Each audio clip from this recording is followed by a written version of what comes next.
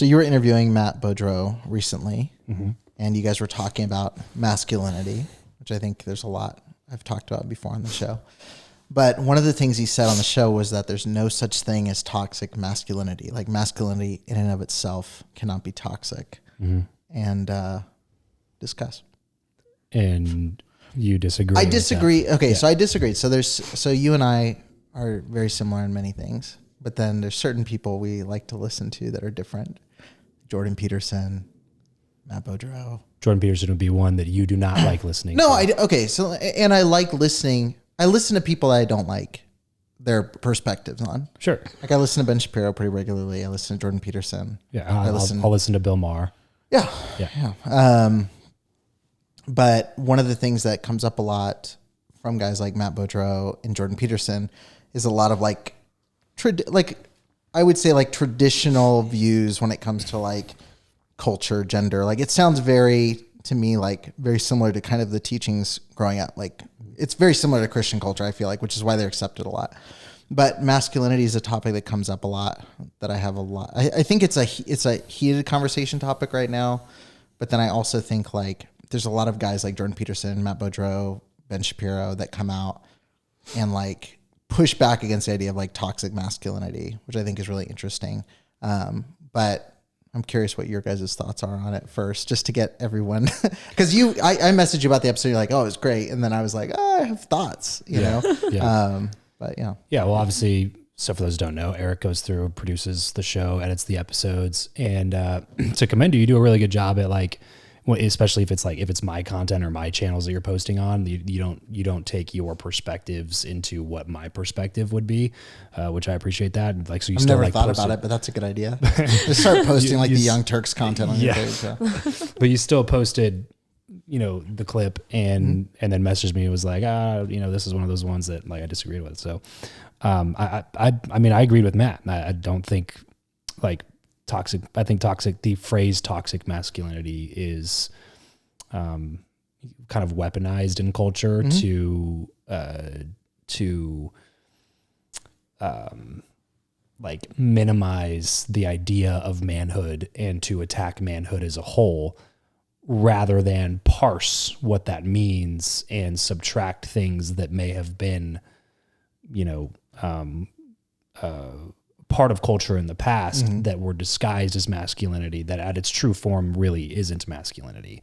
And so like, to me, I don't think that toxic masculinity exists, because if it moves into toxicity, then I think it ceases to be masculinity. The things that drive toxic masculinity to me are things that are not inherently like masculine energy at its truest form. It's quite the opposite, and not in like a feminine way, just more in a, don't know how to say this PC, but that small dick energy way, where it's like, it's the person that's trying to overcompensate for an insecurity, and they just do that by pretending to be this version of masculine or alpha male, and it comes across and as toxic, which it is. But I think at that point, it's no longer, it ceases to be masculinity. It's this, it's a different version of it. Right, put a pin in that, because I have a thought. But Jackie, I'm curious to know your perspective. Well, I definitely, when you first asked, thought of it differently than that. So I understand where you're coming from, but I still would say that, I would say there can be toxic masculinity. I don't think it takes away from masculinity. Like, I think masculinity of itself is not toxic, but you can have toxic masculinity. The same way you could have toxic, this is like hard word to say, femininity, the same way. Like, I think it's like in both sides, you can take it that way, but I don't think masculinity of itself is toxic, but I think that you can be toxic in your masculinity. So, in any perspective, I would say that. So here's what I think. This is my issue with both sides. You're so ready. No, well, I'm curious. Well, you kind of said what I'm thinking in a lot of ways. So like, this is where I think like, I mentioned like the Jordan Petersons, then you go like to the flip side of that, like pick whoever you want on the left and right. Like I would say further left and right, sides. Extreme sides. Yeah. Like, and I would say, and I would say maybe because things have shifted so far to the left. Jordan Peterson has become further right, and whatever we could talk about. He gets labeled as being on the right, but he's really is not that much that way.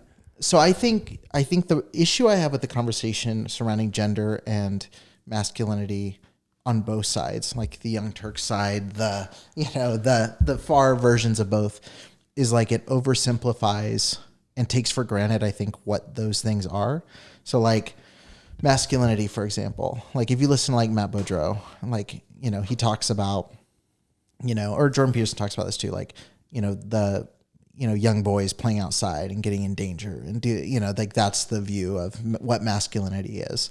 In church culture, it's like, very similar things, like you're a soldier, you're a warrior, you're this, and like, and I have, whether we're talking like education, whether we're talking like, gender, like my thing is like, there's things that by necessity, culturally, like 100 years ago, men had to be, and there were things by, like women had to be, like, but my thing is like, I don't think there's been an intelligent conversation about like in our current state, like in a world where, in a world where you're not hunting, in a world where you don't have to grow crops and have kids to be your insurance, like what does it mean to be a man or a woman? As progressive as one side tries to be, and as, as the other side would label them regressive, or as like, let's stay back to 100 years ago. Yeah. Like Matt Boudreau talked a lot about like, let's go back to how things were. Like we had the one room schoolhouse and you went till this age and you did this kind of stuff. It's like,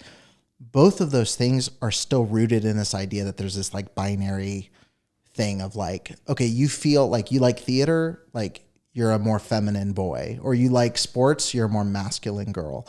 And like, I don't think anyone's come to have like an actual conversation about like, what does it mean to be a man, or what does it mean to be a woman? Like not biologically, but I just mean like functionally in society. Like, so how does that relate to toxic? Because I think like when he says, oh, there's not toxic masculinity, like he framed it with all this stuff about like being being rough and adventurous and like all these typical characteristics that you think of, but it's like, who sets that definition as being masculine first and foremost? You know what I mean? Yeah. Like in current culture where like people are working in offices and not out in the fields, like, yeah, it feels like that line is a lot different. You know what I mean? But I think he'd argue like that's a sign of regression as a society. Well, I don't know. To me, I think it's just about like almost all things that are taken from a broad perspective need to be looked at on an individual level by the individual. Yeah. But when you are, especially if we're talking about someone like Jordan Peterson, through like clinical work and data, I don't think that it's possible to argue that the like overwhelming majority of each gender tends to have certain overarching characteristics that are prolific throughout the majority of the gender. It doesn't mean that you're less of a man if you don't relate with the characteristics of the majority of other men. It doesn't take away, like, to me, it doesn't change affect masculinity, your gender. But there are still certain things that are, from a broad perspective, more relatable as a man and more relatable as a woman. And like, one of his arguments he always talks about is, guys becoming engineers and girls becoming nurses, and why those two things happen, because women have more of a proclivity toward caring about people and men have more of a proclivity to caring about things. And so like over a large, sample of data, you're just going to see that naturally happen. It's not like society pushing women to be nurses or pushing men to be engineers. Just typically that's how it works. When you have a woman become an engineer, it's because she tends to think more about things. And then when you have a man become a nurse, he tends to think more about people. And it doesn't mean that he's less of a man or she's less of a woman. It just means that they, adopt characteristics that are more traditionally shown by people who are masculine or people who are more feminine feminine. And I don't think that it's a detriment to either one to say that they are labeled as such, but then, if that makes sense. But I guess my thing is like the proclivity. I think a lot of it is that's what's like, I think the conversation that gets too broad is like culturally for hundreds of years. I mean, and that's what both sides will say, like hundreds of years there's been this established thing. Some will say it as a negative, some as a positive. I think it's relatively neutral because I think part of evolution is that things change as we develop. Sure. Like there's certain, Like they should. like you and I wouldn't survive in, you know, as Vikings if we were placed in that world Well, today. speak for yourself. Well, if we were placed from with the abilities we have now, right. like, Yeah. you know, we'd be wiped out. Like I watched The Northman, like I would we just would start a not cult, survive. bro. You I know, would have a cult yeah, following. Yeah, just have a revelation. You're performing early magic on. tricks, and they're like, "Whoa!" But it's so like stupid. there's that. I think there's all of that though in the background. So like you see, like women are going to be more drawn to be nurses because I think historically that's been what they've been. You know what I mean? I think we haven't. Well, but seen is enough. it that, or is it the opposite way? Is it them But see, I becoming don't- nurses and then it's more culturally prolific because they were already doing that, or is it? Does that make sense? But that's the thing Like, is we don't chicken or the egg. No, you know what I because mean? like women didn't really have a choice up until you know what I Yeah. mean. So that's where it's Which like is also true. Yeah. you know, I don't know. But like that's where I think the conversation. I think like when I say toxic masculinity, because I've talked about it a lot, obviously on my podcast.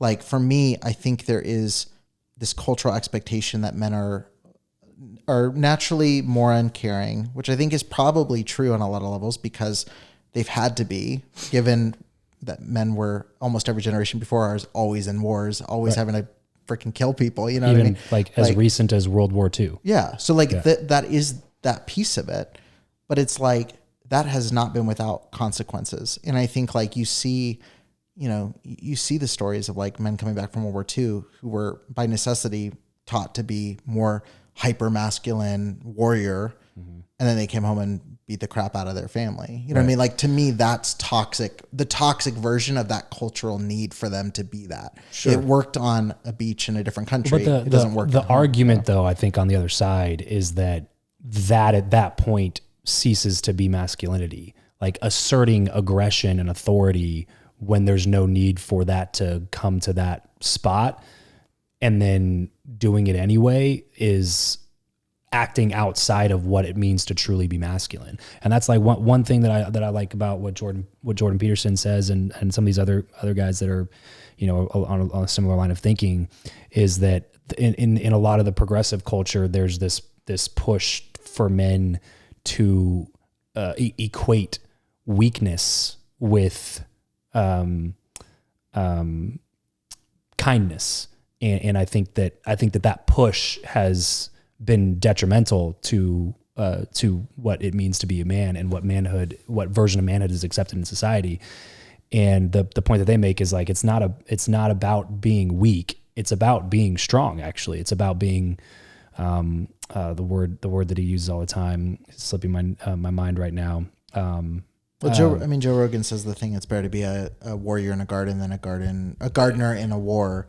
You know, right, kind of thing. Yeah. Right. Exactly. And it's the same idea. You just like, you should be as strong as you can be, and you should be, and not necessarily mean like physical strength. I'm just meaning like emotional, mental fortitude, like kind of those traditional masculine traits that have been pushed on men. I think that you should still make an effort to put yourself through struggle, to know what it's like to be at your wit's end and still push forward through that.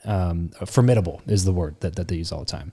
Like, you should absolutely be formidable. You should be dangerous. You should be strong. You should be all of those things. But the thing that makes it still being a man, the thing that makes it still masculine, is the ability to control all of those things, which is what, like the example of like abuse and stuff like that happens. Some of them might feel justified even because they're taught to be a warrior. And so they justify the act of asserting that aggression over other people when it's not necessary. But my argument is that like losing control of yourself is inherently a non-masculine trait that should not be praised or allowed to exist in society moving forward.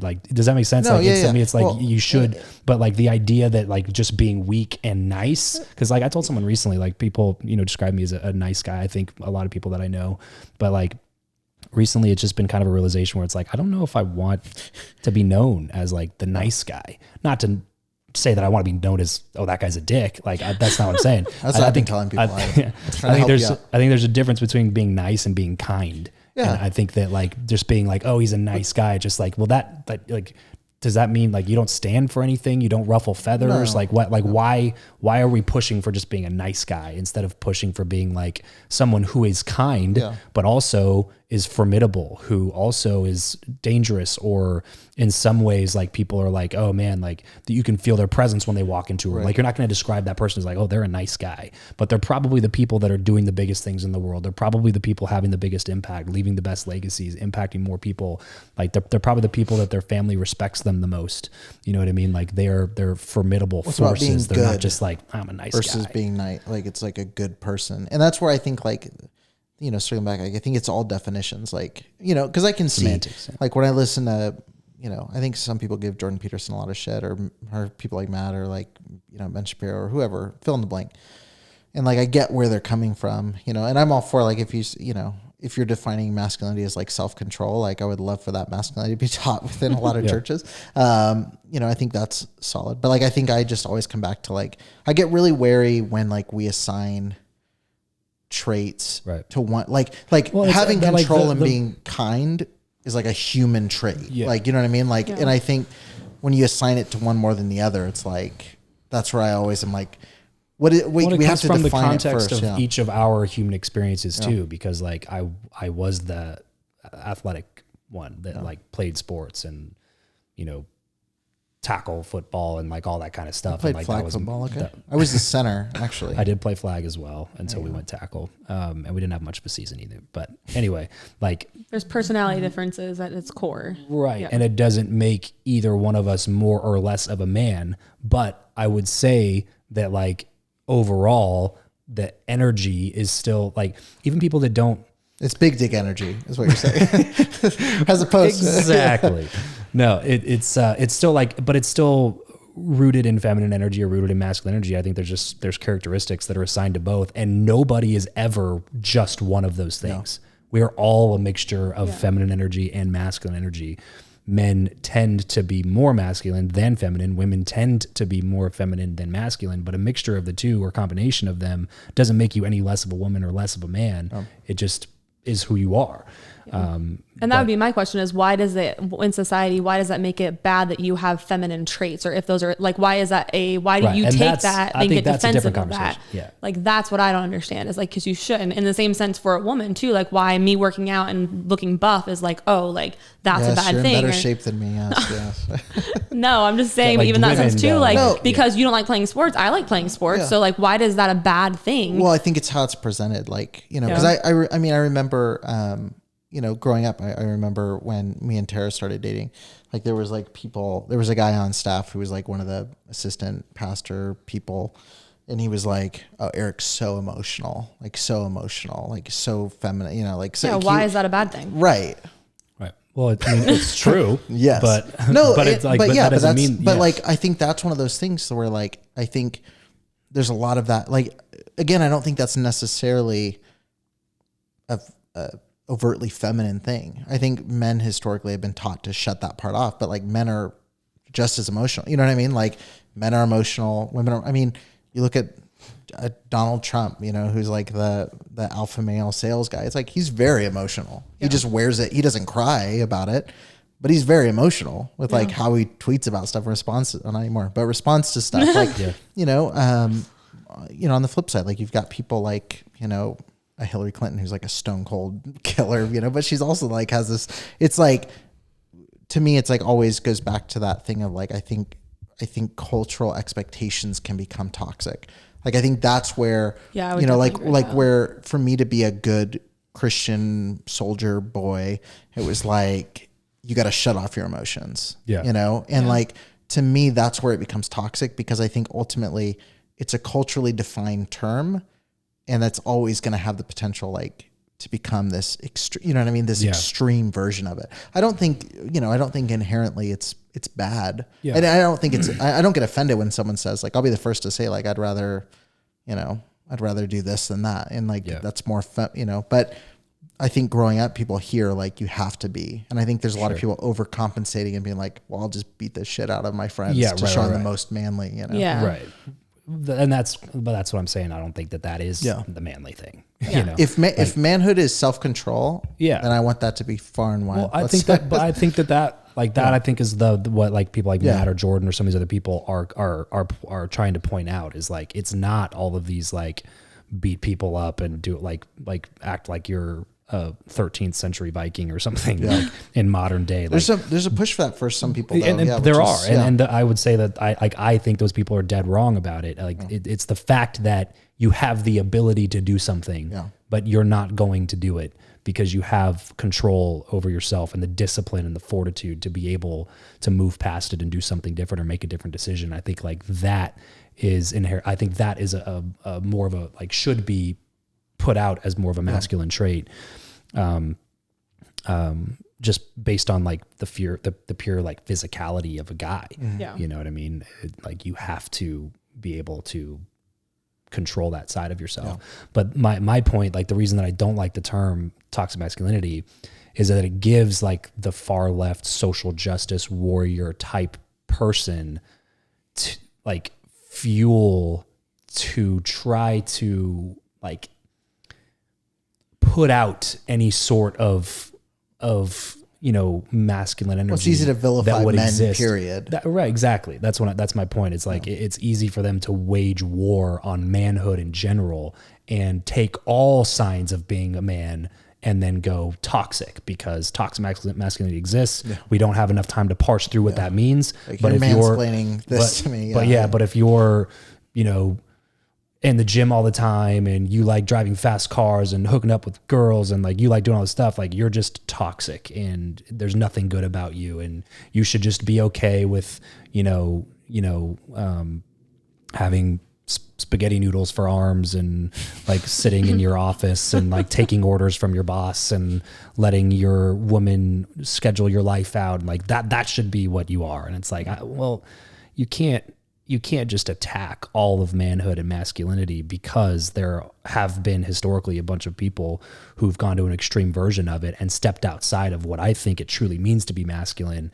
Like we should demonize those people, but not manhood as a whole. And when you give like somebody the ability to take a term like masculinity, which inherently is a good thing, and then put the word toxic before it, it allows for so much misinterpretation of what that means and discourages boys, especially boys that don't have a man in their life, which obviously is a lot these days. Mm-hmm. Like it takes that boy and makes them think that which any is true masculine toxic masculinity. The people doing that. Yeah. Like it takes that boy and makes them think that any version of expressing the masculine part of themselves should be oppressed, and that it's not good for them to do that, and that they should tamp it down and not be like, not want to win, like not want to be the best that they can be, not want to become formidable, because all those things are associated with toxic masculinity, and that's a bad thing.